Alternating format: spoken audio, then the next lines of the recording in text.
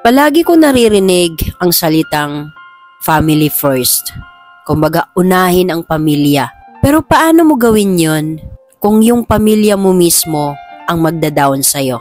Sa panahon kasi ngayon, minsan mas gugustuhin mo pang maging ka-close yung mga ibang tao o yung mga hindi mo kaano-ano compared sa mga pamilya mo.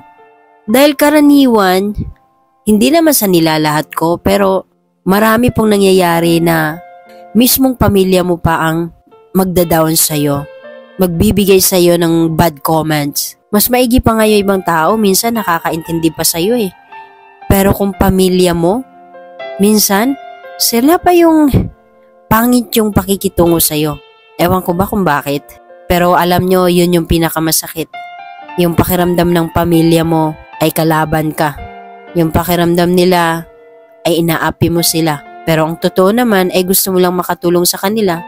Pero minsan iniiba lang nila ng intindi. Kaya mahirap magkaroon ng pamilya na minsan hindi ka sinusuportahan.